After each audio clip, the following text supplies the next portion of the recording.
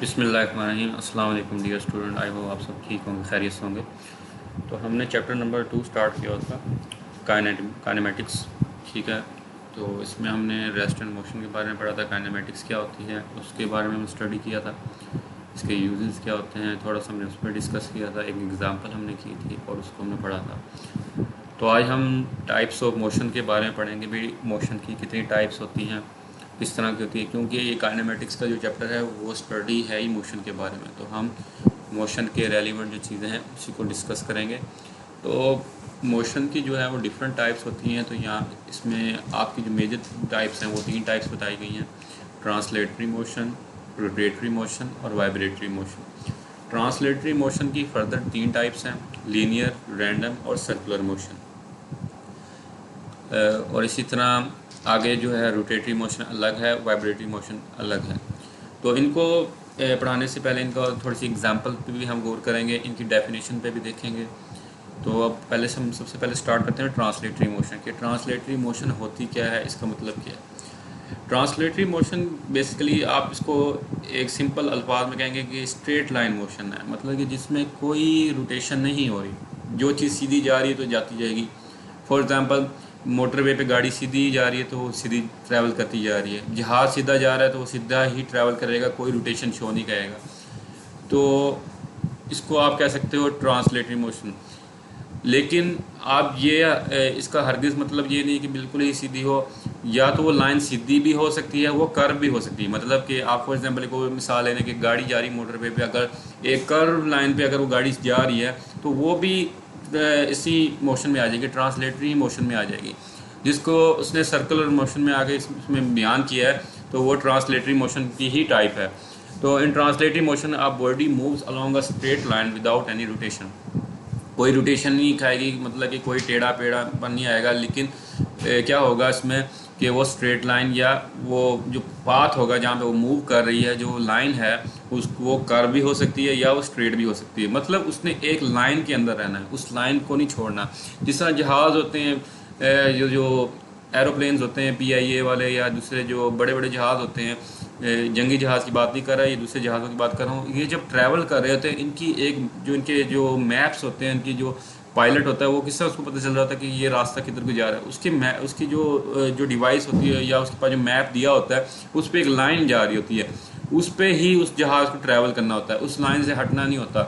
अगर वो उस लाइन से हट जाता है, या तो वो हादसा हो सकता है कोई, या तो फिर वो किसी और डायरेक्शन में गलत जगह पे वो जा सकता है। इसी वजह से जो जहाज़ की जो मूवमेंट है वो भी ट्रांसलेटरी मोशन में आती है, और उसको वो स्ट्रेट लाइन के अंदर भी हो सकती है या वो कर्व में हो सकती है, लेकिन वो विद इन द लाइन रहती है। इसी तरह इसने एग्जांपल दी हुई है यहाँ पे ट्रांसलेटरी मोशन की। आपने फेरी व्हील्स देखे होंगे कि जिस तरह आपके फैसलाबाद में सिंधबाद है, वहाँ पे क्या होता है कि फेरी व्हील्स होती हैं जो गोल गोल घूम रही होती है सर्कुलर पाथ में।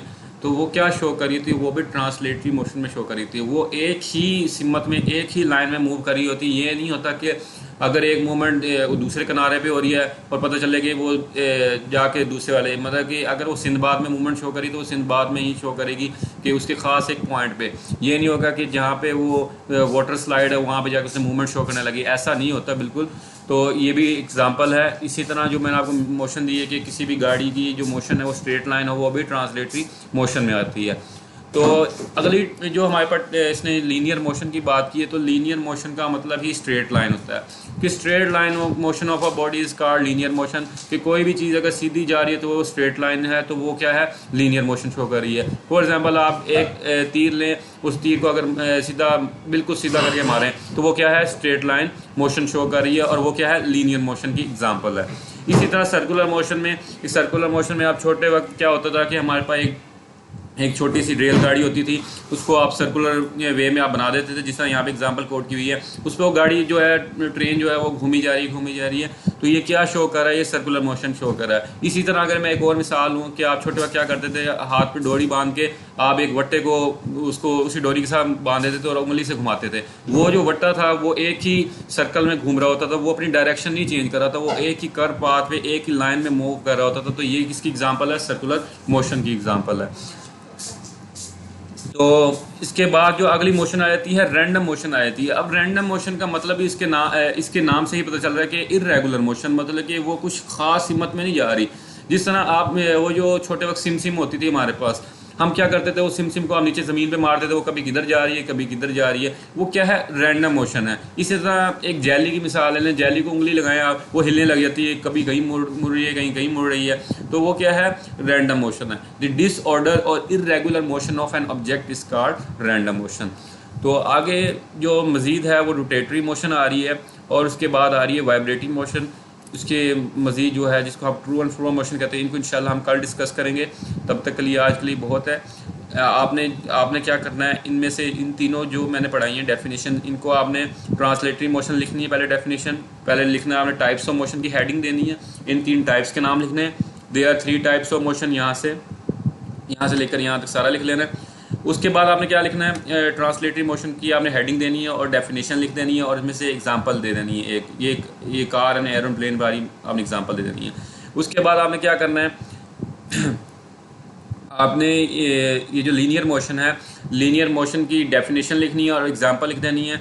एग्जांपल यहाँ पे दी हुई है, इसके नीचे ही, aeroplane flying straight line in air and object falling vertically down are also example of linear motion. उसके बाद सर्कुलर मोशन की डेफिनेशन लिखनी है और उसकी एक एग्जांपल कर देनी है, जिस तरह यहाँ पे ट्रेन जो बनी हुई है, toy train moving on a circular track, तो ये वाली आपने एग्जांपल कर देनी है। इस तरह ये आपके नोट्स में आपके शामिल हो जाएगा।